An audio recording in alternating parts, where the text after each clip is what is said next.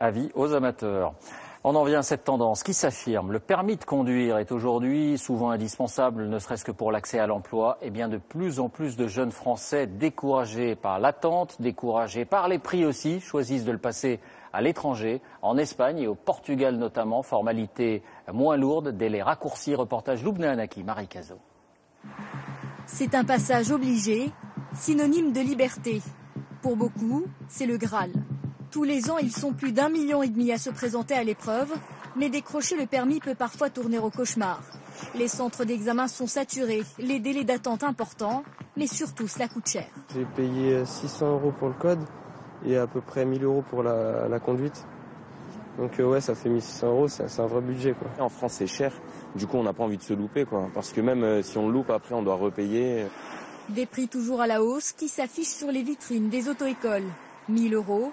1 450, parfois du simple au double d'une ville à l'autre, car les tarifs sont libres.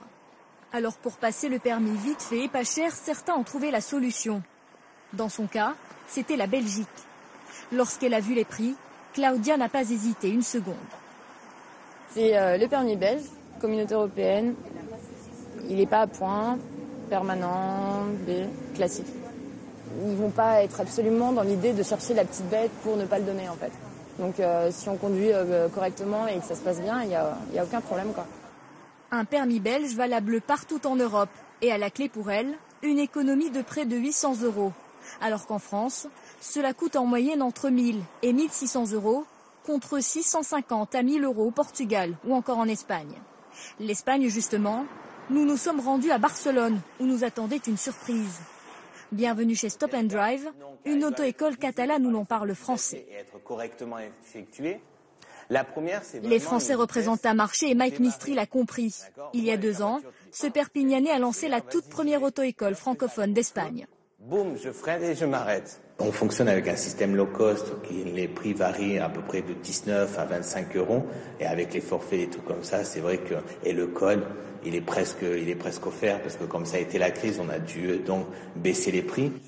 Dans la salle, tous sont français, des étudiants, des stagiaires ou des salariés qui profitent d'une mission en Espagne. Ils apprécient également la méthodologie à l'espagnol.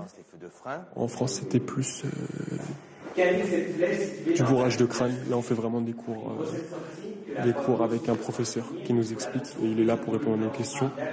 Et donc, c'est bien. Mais pour ce prix-là, qu'apprend-on? Là, on avait besoin de mettre le clignotant, là? Toujours pour sortir, il faut que... Ah, d'accord.